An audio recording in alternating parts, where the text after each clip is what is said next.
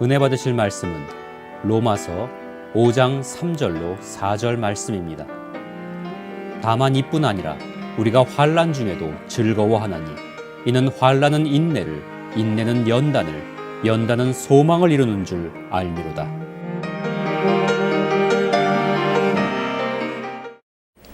문제에 대한 신앙적 인식이란 제목으로 말씀해 드리겠습니다. 사람은 일생 동안 수많은 문제에 직면하면서 살아갑니다. 이러한 문제들은 어떤 결과를 초래합니다. 그리고 다른 문제의 원인이 되기도 합니다. 각가지 문제는 거기에 반응하는 태도 여하에 따라서 해로운 것이 되기도 하고 이로운 것이 되기도 합니다. 그러므로 우리가 배워야 할 것은 문제를 지혜롭게 대응하는 태도입니다. 성경은 문제를 지혜롭게 대응하는 태도를 가르쳐주고 있습니다. 문제에 대한 대응 태도는 그 문제에 대한 인식이나 그 문제를 보는 시각에 관련됩니다. 문제에 대하여 어떠한 인식을 가지고 접근하고 반응할 것인가에 관하여 교훈하는 말씀들이 성경에 많이 기록되어 있습니다. 모범적 사례도 많이 기록되어 있습니다. 그 중에 매우 인상 깊고 감동적인 이야기 셋을 골라서 살펴보도록 하겠습니다. 이야기에 등장하는 인물들은 문제를 바라보고 인식하며 반응하는 태도가 특별합니다. 첫째는 당면한 문제가 기적을 체험하는 기회가 되게 한 이야기입니다. 그 사람은 모세입니다. 모세는 이스라엘 백성을 애굽에서 이끌어내어 하나님께서 언약하신 가나안으로 인도하는 일을 수행하고 있었습니다. 모세는 40년 동안 미디안 광야에서 양치기를 하고 살았기 때문에 애굽에서 가나안으로 가는 길에 대하여 비교적 잘 알고 있었습니다. 그런데 어찌된 셈인지 하나님께서는 모세가 생각했던 것과는 달리 인도하셨습니다. 잘 알려져 있고 용이하게 갈 수 있는 길이 아닌 홍해로 가는 광야길로 들어가게 하셨습니다. 하나님께서 낮에는 구름 기둥으로 그들의 길을 인도하시고 밤에는 불 기둥으로 그들에게 빛을 비추셨습니다. 하나님께서 모세에게 명령하시기를 백성들이 돌아가서 피하히롯 근처 바알스본 맞은편 바닷가에 장막을 치게 하라 하였습니다. 그리고 이어서 말씀하시기를 내가 바로의 마음을 완고하게 하였으니 바로가 너희 뒤를 추격할 것이나 나는 바로와 그의 모든 군대를 통하여 영광을 얻을 것이며 애굽 사람들은 내가 여호와인 것을 알게 될 것이다 하였습니다. 모세는 하나님께서 명령하신 대로 백성들이 바닷가에 장막을 치게 하였습니다. 앞에는 홍해가 넘실대고 좌우에는 고운지대가 펼쳐져 있었습니다. 더 이상 행진할 수 없는 상태였습니다. 이러한 정황이 애굽의 수비대를 통하여 애굽 왕에게 전해졌습니다. 그러자 바로와 대신들의 마음이 변하였습니다. 그들은 이스라엘 자손들이 애굽을 떠나도록 허락한 것을 후회했습니다. 엄청난 노동력을 상실하고 나니 불편하기 짝이 없었습니다. 우리가 어찌 이렇게 하여 우리를 섬기며 종노릇하던 이스라엘을 보냈는가 하였습니다. 드디어 바로가 이스라엘 자신들을 사로잡아 오기 위하여 특별 병거 600대와 모든 병거들과 마병들과 군사들을 이끌고 추격하였습니다. 저 멀리 먼지가 자욱하게 일어나니 이스라엘 자신들은 무슨 일인가 하여 바라보았습니다. 조금 있으니 윤곽이 드러났습니다. 애국 군대였습니다. 질풍노도와 같이 밀어 닥치는 그 모습을 보고 이스라엘 자신들은 어찌할 바를 몰랐습니다. 앞에는 창이란 바다가 가로막아 있고 좌우에는 높은 언덕이 버티고 있으며 뒤에는 추격하는 애국 군대인이 속수무책이었습니다. 실로 진퇴양난에 처하게 되었습니다. 이스라엘 자손들은 두려움에 사로잡혀 부르짖고 모세에게 원망의 말을 퍼부었습니다. 애굽에 매장지가 없었어. 당신이 우리를 데리고 나와 이 광야에서 죽게 합니까? 어찌하여 당신이 우리를 애굽에서 끌어내어 우리에게 이렇게 합니까? 우리가 애굽에서 이미 당신에게 한 말이 우리를 내버려 두어 애굽 사람들을 섬기게 하라 하지 않았습니까? 우리가 광야에서 죽는 것보다 애굽 사람들을 섬기는 것이 우리에게 더 낫겠노라. 모세는 백성들에게 너희는 두려워 말고 가만히 있어서 여호와께서 오늘날 너희를 위하여 행하시는 구원을 보라. 너희가 오늘 본 애굽 사람을 또 다시는 영원히 벗지 못하리라. 여호와께서 너희를 위하여 싸우시리니 너희는 가만히 있을지니라 하였습니다. 하나님께서 모세에게 지시하셨습니다. 이스라엘 자손에게 명령하여 앞으로 나아가게 하고 너는 지팡이를 들고 너희 손을 바다 위로 내밀어 바다를 갈라지게 하라. 그러면 이스라엘 자손들이 바다 가운데 마른 땅으로 지나갈 수 있을 것이다. 모세가 하나님의 지시대로 하니 바다가 갈라져서 바다 가운데 길이 열렸습니다. 이스라엘 자손들이 바다 가운데 열린 길로 건너갔습니다. 이를 본 애국 군대가 뒤따랐으나 모세가 하나님의 지시대로 손을 내밀자 바다가 원래대로 회복되어 애국 군대가 모두 수장되었습니다. 우리가 이 사건에서 배워야 할 것은 문제를 대응하는 모세의 태도입니다. 모세가 이스라엘 자손들에게 외친 말은 그가 문제에 반응하는 태도를 잘 드러내고 있습니다. 너희는 두려워 말고 가만히 있어서 여호와께서 오늘날 너희를 위하여 행하시는 구원을 보라. 너희가 오늘 본 애굽 사람을 또 다시는 영원히 보지 못하리라. 여호와께서 너희를 위하여 싸우시니 너희는 가만히 있을지니라. 너희는 두려워 말라고 하였습니다. 자신이 감당할 수 없는 문제에 봉착하게 되면 두려움이 엄습하게 됩니다. 가만히 서 있으라고 하였습니다. 공경에 처하면 당황하여 우왕좌왕하게 됩니다. 두려움을 제압하고 침착함을 유지하는 것이 말처럼 쉬운 것이 아닙니다. 모세는 그렇게 할 수 있는 이유를 말했습니다. 여호와께서 너희를 위하여 행하시는 구원을 보라고 하였습니다. 여호와께서 너희를 위하여 싸우실 것이기 때문에 오늘 본 애굽 사람을 다시는 영원히 보지 못할 것이다 라고 말했습니다. 이렇게 말하는 근거가 무엇이냐라는 질문이 생겨날 것입니다. 모세는 백성들을 잠시 동안이라도 안심을 시키려고 근거 없는 말을 한 것이 아닙니다. 확실한 근거가 있습니다. 하나님께서 이스라엘 백성을 이끌어내신 이유는 그들의 조상들에게 언약하신 가나안으로 인도하기 위함인 것입니다. 그러므로 하나님께서 어떠한 방법으로 하든지 애국 군대를 물리치실 것이라는 답이 나오게 됩니다. 그뿐 아니라 애국을 떠나 행진이 시작되었을 때 하나님께서 예고하여 주신 말씀이 있습니다. 하나님께서 모세에게 명령하시기를 백성들이 돌아가서 비하이롯 근처 바알스본 맞은편 바닷가에 장막을 치게 하라. 내가 바로의 마음을 완고하게 하였으니 바로가 너희 뒤를 추격할 것이나 나는 바로와 그의 모든 군대를 통하여 영광을 얻을 것이며 애굽 사람들은 내가 여호와인 것을 알게 될 것이다 하였습니다. 모세는 이 두 가지 사실로 인하여 지금 당면한 문제는 변덕이 심한 바로와 강한 군대라는 문제를 일시에 제거하는 기적을 체험할 수 있는 기회라고 인식하고 판단하게 되었습니다.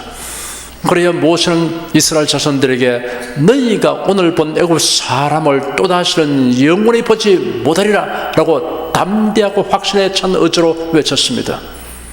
사랑하는 여러분은 당면한 문제를 하나님의 행하시는 구원의 손길을 보게 되는 기회라고 인식하는 모세의 태도를 본받으시기 바랍니다.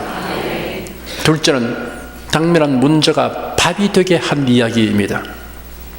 이스라엘 자손들이 애굽을 떠난 지 1년 7개월이 되어 가데스 바네아에 도착하였습니다. 이곳은 시나이 반도 북부와 가나안 땅의 최남단 지역의 경계선에 위치한 최대의 오아시스 지대입니다. 그곳에서 모세는 이스라엘 각 지파 대표를 12명을 택하여 가나안 땅을 정탐하도록 명령하였습니다. 12명의 정탐꾼들은 40일 동안 가나안 땅을 샅샅이 탐지하고 돌아왔습니다. 학수고대하는 백성들에게 그들이 정탐 보고를 하였습니다. 12명 가운데 여호수아와 갈렙을 제외한 10명은 가나안 땅을 악평하였습니다. 그 땅이 거칠기 때문이 아니었습니다. 거기서 포도 한 송이 달린 가지를 베어 둘이 막대기에 끼어 메고 왔으며 석류와 무화과를 가져왔습니다. 그토록 기름진 땅을 원주민들이 쉽게 빼앗기지 않을 것이고 그 땅을 탐내는 이웃 나라들과의 전쟁이 끊이지 아니할 것이므로 그곳은 거주민을 삼키는 땅이라고 말했습니다. 그 땅에 사는 백성은 강하고 성읍들은 요새화되고 매우 컸다고 했습니다. 그들이 우리보다 강하기 때문에 성산이 없다고 했습니다. 신장이 장대한 거인들을 보니 우리를 마치 메뚜기같이 여겨졌다고 말했습니다. 그 보고를 들은 백성들이 크게 낙담했습니다. 소리를 높여 부르짖고 통곡하였습니다. 그리고 모세와 아론을 원망하였습니다.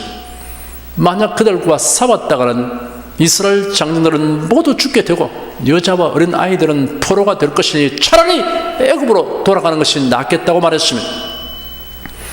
여호수아와 갈렙이 백성들의 마음을 돌이키게 하려고 그들 앞에서 옷을 찢으며 말했습니다.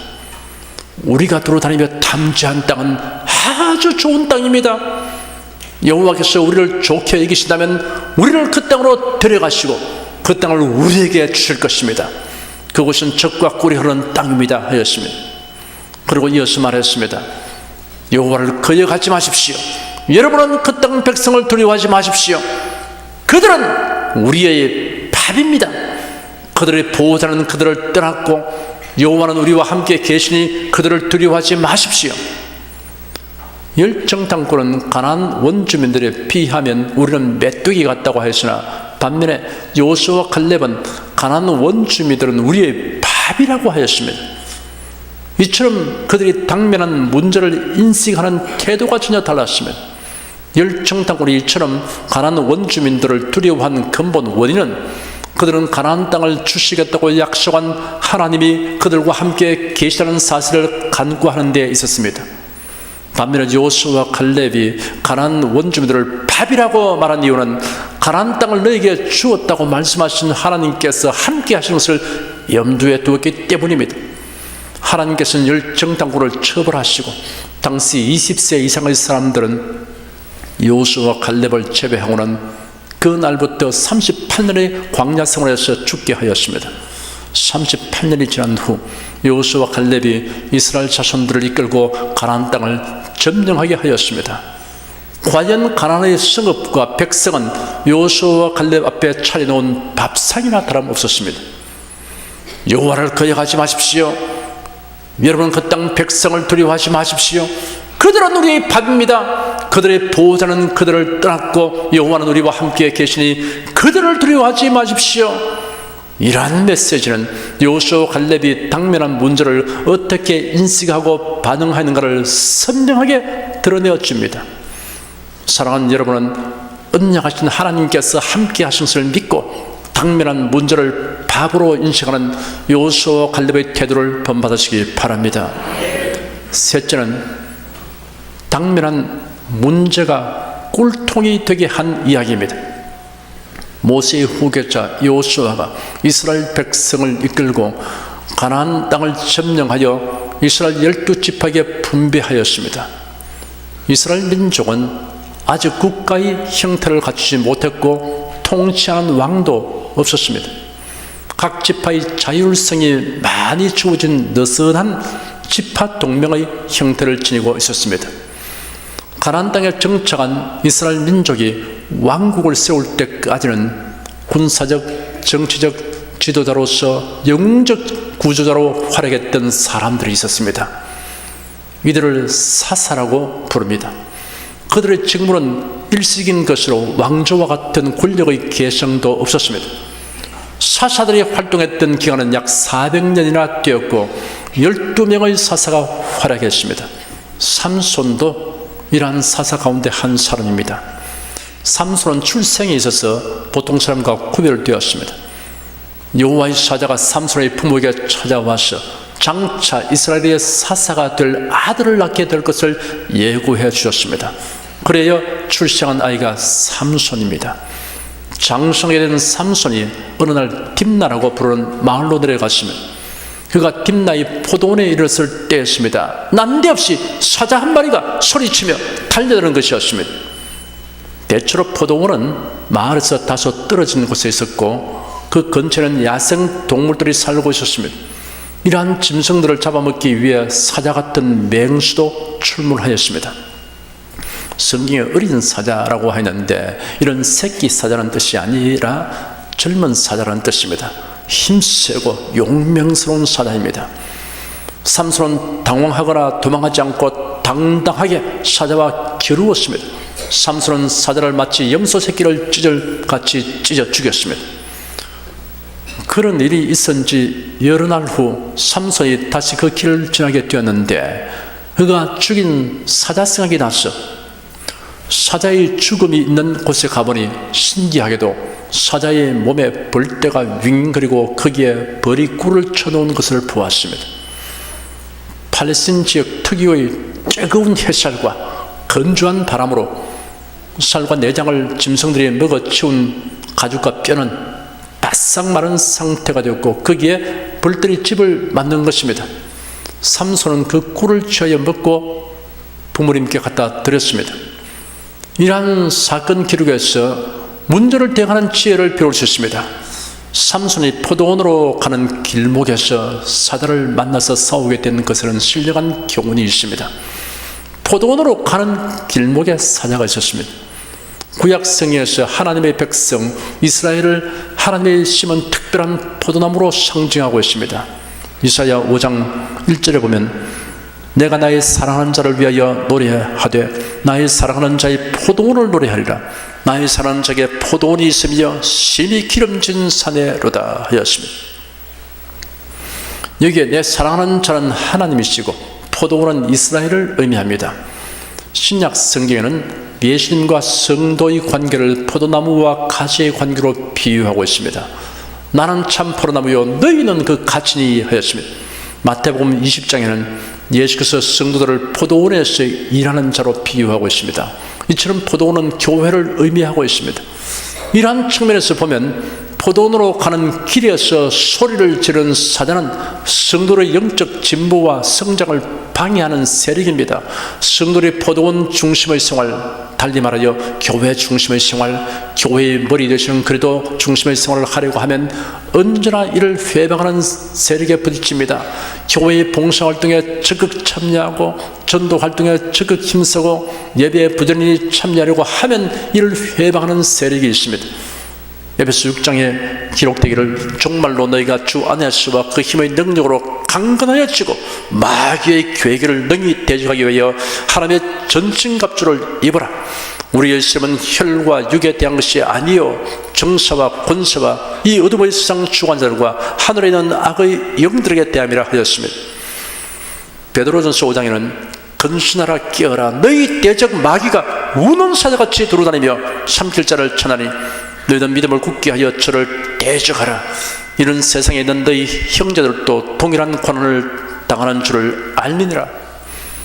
사탄은 성도 가운데서도 교회 봉사 활동에 열심인 사람, 전도 활동에 힘쓰는 사람, 예배에 부지런히 참여하는 사람을 싫어하며 회방합니다. 마귀의 공격 수단은 매우 다양합니다. 각종 이단 사슬로 미혹하고 유린합니다. 율법을 지킴으로 구원을 받는다는 가르침은 이단 사슬입니다. 예수님을 여러 구세주 가운데 한 분이라고 하는 가르침은 이단 사슬입니다. 천국의 실제를 부정하고 이 세상을 변화시키는 것을 신앙의 목적이라고 하는 가르침은 이단 사슬입니다. 사람을 쓰러뜨리고 순간적으로 치아를 금으로 변화시킨다고 하는 자는 이단 사이비입니다. 성경의 일부분만 영감된 것이라고 하는 가르침은 이단 사슬입니다. 예수님 재림의 연도와 날짜를 안다고 하는 가르침은 이단 사슬입니다. 사람을 신격화하는 자는 이단입니다. 이 세상 것들이 신앙생활을 대관히 하도록 유혹합니다. 요한일서 2장에 이 세상이나 세상에 있는 것들을 사랑치 말라.